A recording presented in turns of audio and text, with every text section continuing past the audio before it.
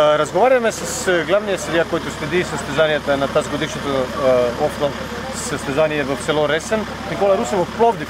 Разбрах, че сте. За първ път ли сте в Босилеград? За първи път съм в Босилеград. Кажете ми вашето мнение, как се справиха организаторите и как е трасето? Първо искам да благодаря за поканата на организаторите. Мисля, че са справили отлично с всички зони, трасета, тип траял и затворено трасе. И да продължават все така напред. Как ти се вижда цялата организация и особено траяла, тъй като за първа година се случва това състезание? Ами като траял зоните са перфектни. Бил съм на много други състезания. Вратите са отлични и са за подготвени техники.